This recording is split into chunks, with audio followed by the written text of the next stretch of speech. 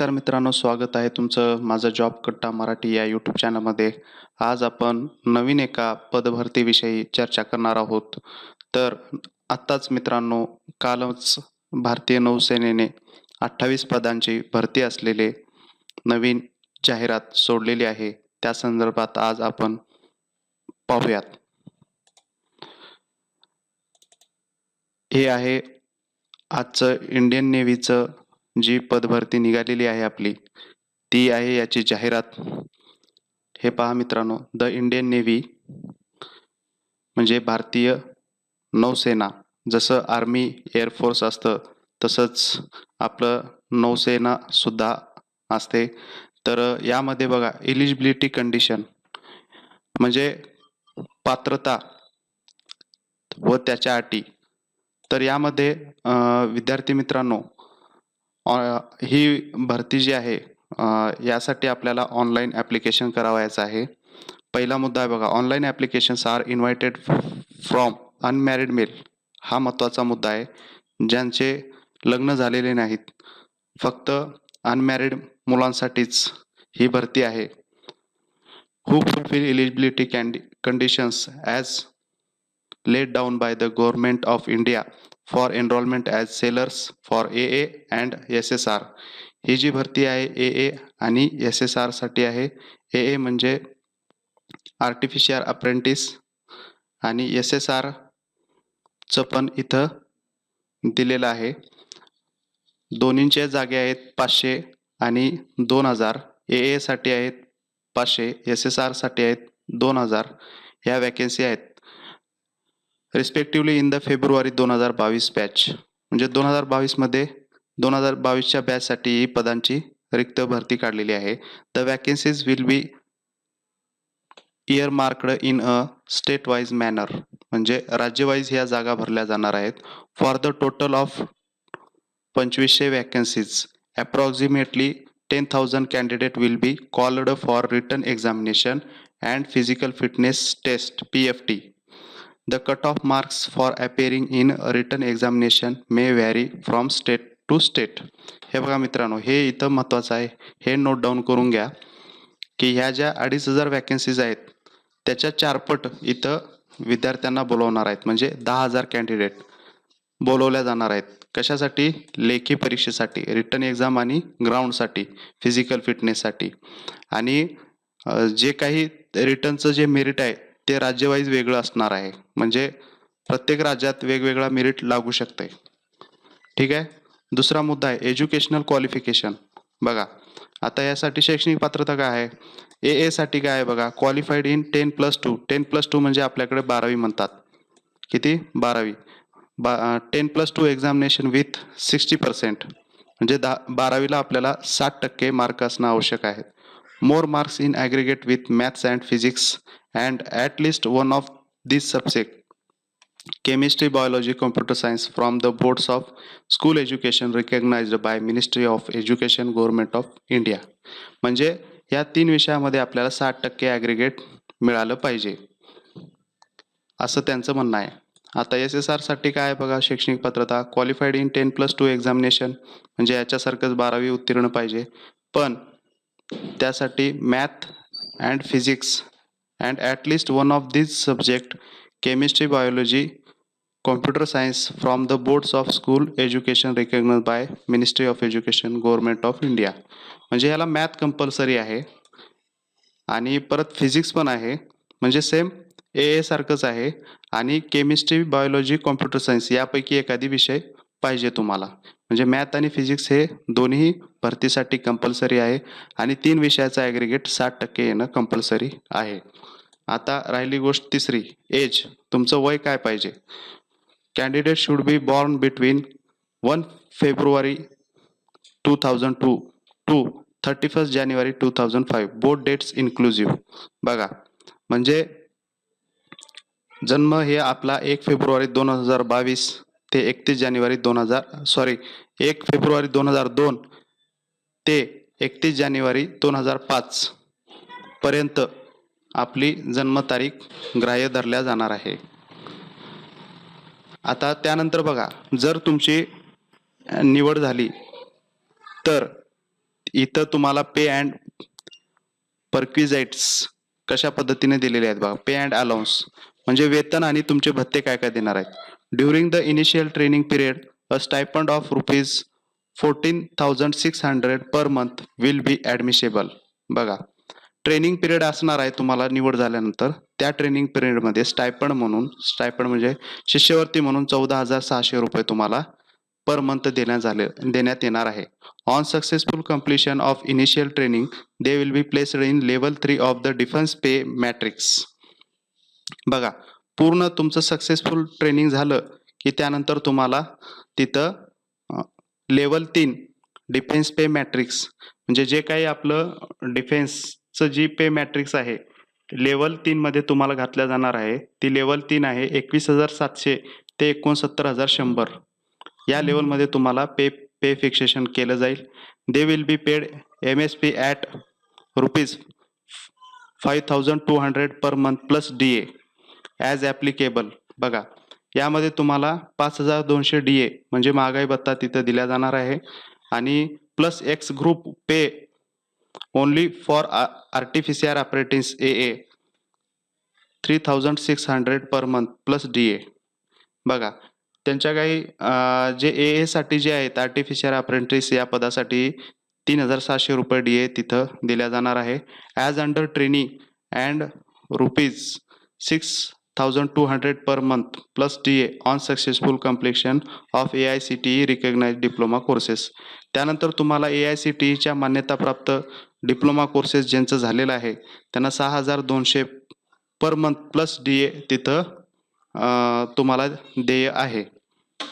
आता प्रमोशन कशा पद्धतीने होणार आहेत. Promotion prospects exist up to the rank of master chief petty officer that is level 8 of the defence pay matrix. म्हणजे तुमचं promotion master chief petty officer या लेवलपर्यंत होणार आहे आणि त्याचं डिफेन्स पे मॅट्रिक्स आहे 47,600 ते 1,51,100.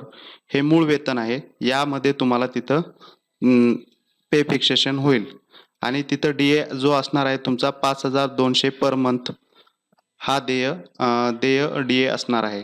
Opportunities for promotion to commission officer also exist for those who perform well and qualify the prescribed examination and clear service selection boards. बघा, म्हणजे ज्यांनी कोणी जे बोर्डानं एक्झाम घेतलेले आहेत म्हणजे तुमच्या डिफेन्स सर्व्हिसनं आणि तिथं तुम्हाला त्या पद्धतीनं तिथं प्रमोशन दिलं जाईल त्या स्तरावरती. आता प्री रिक्विजाइट्स काय बघा. During the entire period of training and thereafter sailors are given books, reading material, uniform, food and accommodation as per entitlement. बघा, तुम्हाला तिथं काय काय सुविधा दिल्या जाणार आहेत.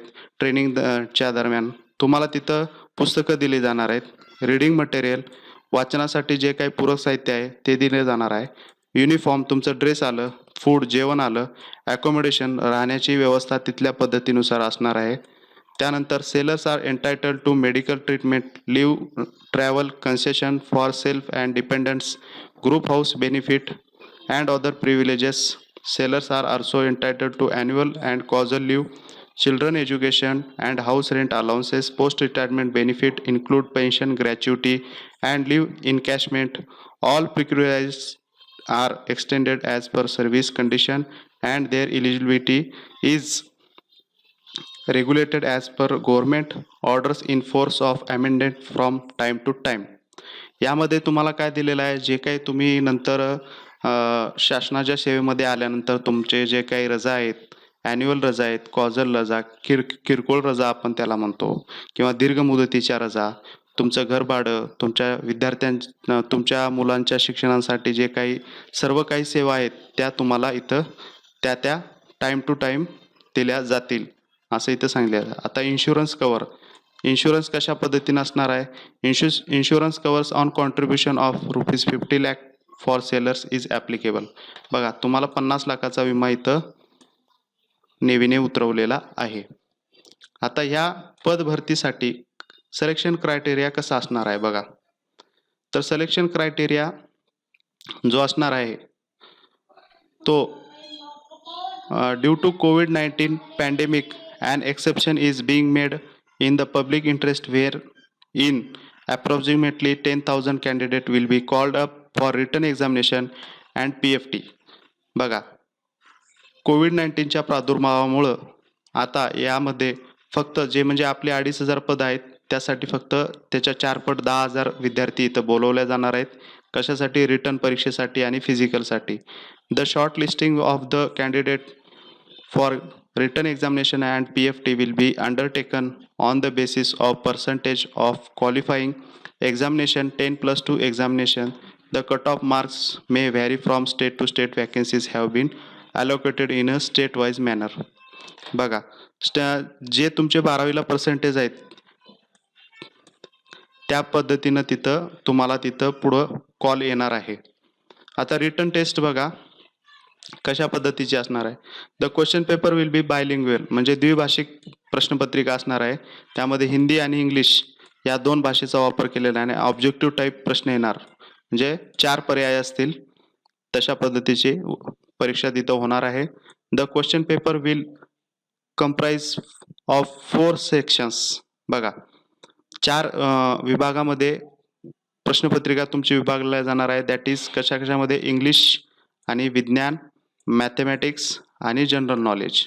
बघा, म्हणजे इंग्रजी, विज्ञान, गणित आणि GK या 4 भागामध्ये तुमची प्रश्नपत्रिका विभागली जाणार आहे. तिसरा मुद्दा आहे the standard of the question paper will B that of 10+2 level will and the syllabus for the examination is available on website www.joinindiannavy.gov.in. बघा, नमुना प्रश्नपत्रिका ही तुम्हाला joinindiannavy.gov या संकेतस्थळावर मिळून जाईल. परत जी प्रश्नपत्रिकेचं लेवल आहे ते 12वी लेवलवर सिलेबसवर विचारलं जाणार आहे.